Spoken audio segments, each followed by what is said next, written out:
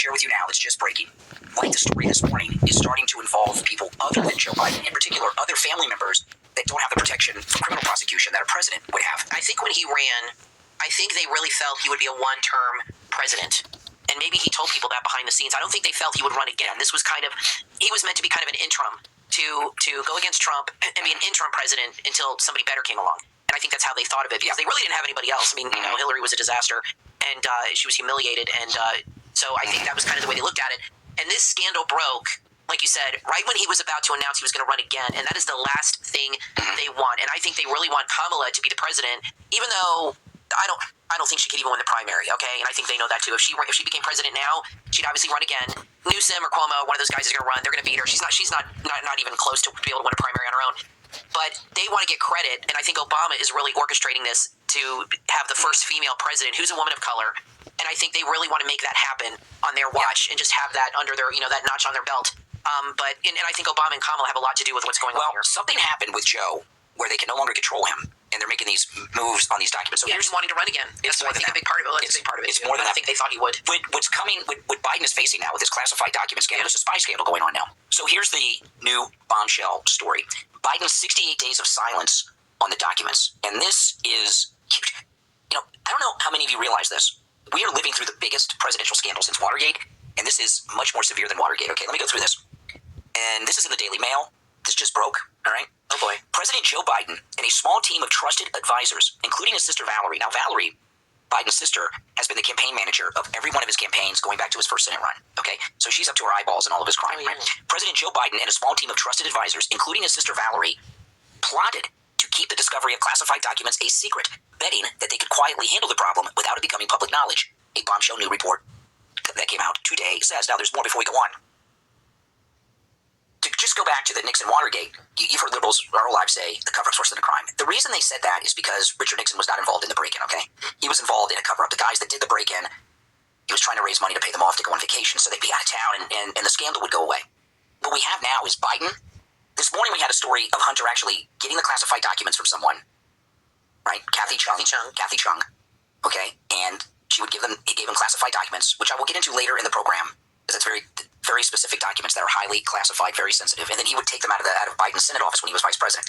Okay, so now we got Biden's son Hunter directly involved in a how long spy scandal. Now, taking classified documents? Well, that was he doing it when he was senator? I don't know. Well, when he was vice president, he had the daily briefings. Did he do it before that? I don't know. Well, just let's stick with what we know. That was when he was vice president. So now we got Hunter involved in stealing classified documents from his dad's Senate office when he was vice president.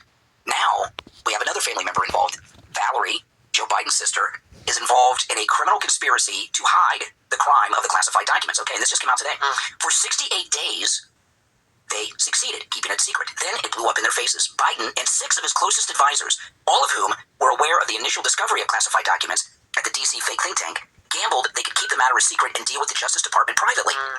So now we have his sister and 6 other advisors. None of these people have the protection that he has from prosecution, involved in trying to cover up a crime and work out some really criminal deal with the Justice Department not to pursue it. They chose to keep silent and convince the Department of Justice it was a simple mistake. And now, I'm reading from the Daily Mail, which is liberal, so they're going to say some things about Donald Trump, which are not true, but I don't want to get sidetracked on Trump. So they go on to some things about Trump, which we're not going to get into. Their plans backfired. This is the Biden cover-up team.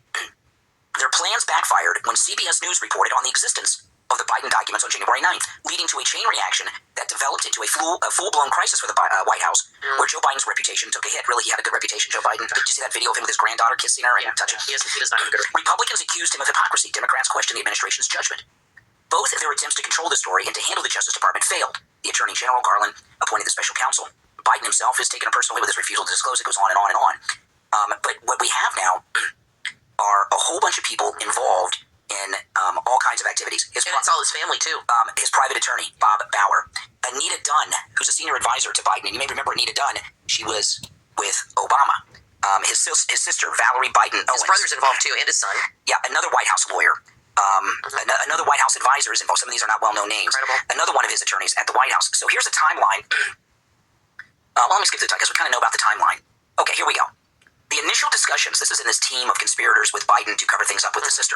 The initial discussions on how to deal with the discovery were tightly held by a core group of Biden loyalists led by the husband and wife team of Bob Bauer, who is Biden's personal attorney, and Anita Dunn, who serves as a senior advisor to Biden in the White House. But Anita Dunn's the one I said she worked for Obama also in the discussions for the cover-up of this document gate were Biden's sister Valerie, White House senior advisor Mike Donnellan, White House counsel Stuart DeLeary, White House lawyer Richard Sauber. A lot of people. But taking the public beating has been Jean-Pierre.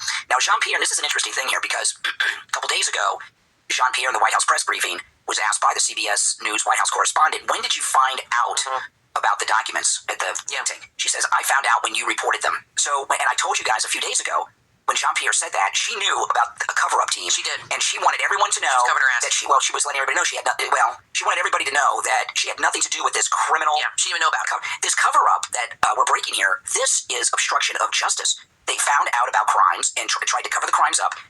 Justice Department's law enforcement tried to go to law enforcement and get them to be corrupt and not investigate or prosecute or do anything about these crimes. That's a hardcore criminal conspiracy to cover up some of the worst crimes. And the worst is always murder. Then you got rape. The worst crimes an American can commit, other than those very violent crimes, is spying. And that is, when you take documents that are classified, you're taking them for a reason. They're valuable. You want to show them to somebody in exchange for something. That's what spies do. There's a spying operation that's been uncovered here with these documents. And now we've got this cover-up squad. All of these people that are mentioned in this article that were involved in the cover-up committed multiple felonies that would send you to prison for decades. So this is how they're going to get Biden to resign. They got his sister and his son already jammed up. These other people he doesn't care about. His brother's involved too. He cares about his sister and his son. His brother does a lot of the business dealings, but with the documents and the cover-ups, we've got Hunter stealing the documents, and we've got his sister involved in this cover-up to try to get the Justice Department not to investigate and keep it from going public and to hide these crimes. Well, I never bought that cover-up's worse than the crime, and I don't know if that's exactly true, but the cover-up certainly makes the crime worse. Let me ask you with Nixon, the guys that broke into, who were they working for? Who got them to do that? We really don't know. Yeah, you know what I'm thinking? You were talking about it today. I'm thinking Nixon was set up. He was. But I think they broke in as part of the setup. I think it was all orchestrated, and they broke into to the office of this the Watergate building. I think they broke into it, and then they made it known, and they did it to get him to resign. I think the whole thing was a setup. I would not be surprised. I mean, the way politics work, I don't think he had a lot of friends in Washington, Nixon. And when you were talking about it today on the radio, that's what dawned on me. I said, you know what? I bet this whole thing with Nixon, they wanted him out. Yeah. And they created this robbery. They created this whole scenario where he had to be forced into, and then somebody probably whispered in his ear, you should do this, you should do that, somebody he trusted, and boom, he walked right into a trap. And I think it was a setup from the very beginning. I agree. Now, this situation, I don't understand why Biden, after they did the Mar-a-Lago raid, which was when, in August, you said? September?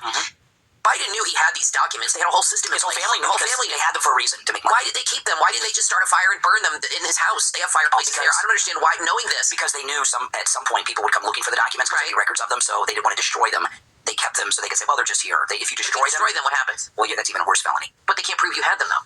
Yeah, because the documents are so classified, nobody even goes in a room without there being a record of who's in the room with them. So somebody goes there's in. a chain of custody that's documented. Okay, so if you go and you said this woman, Kathy Chung, and others removed the documents, who took those classified documents initially out of their original location? What's the chain of this is a little complex. Yeah. So somebody did that. I want to take our break, and then I'll go through that story because this is. So why didn't they put the documents back or say, I'll give them to the archivist or something? Because Kathy, stupid. Their cover story with these documents is that they were brought home by mistake. They've been at the house. Whatever. The real reason they brought them home is because these documents. Each one of these documents is a gold coin.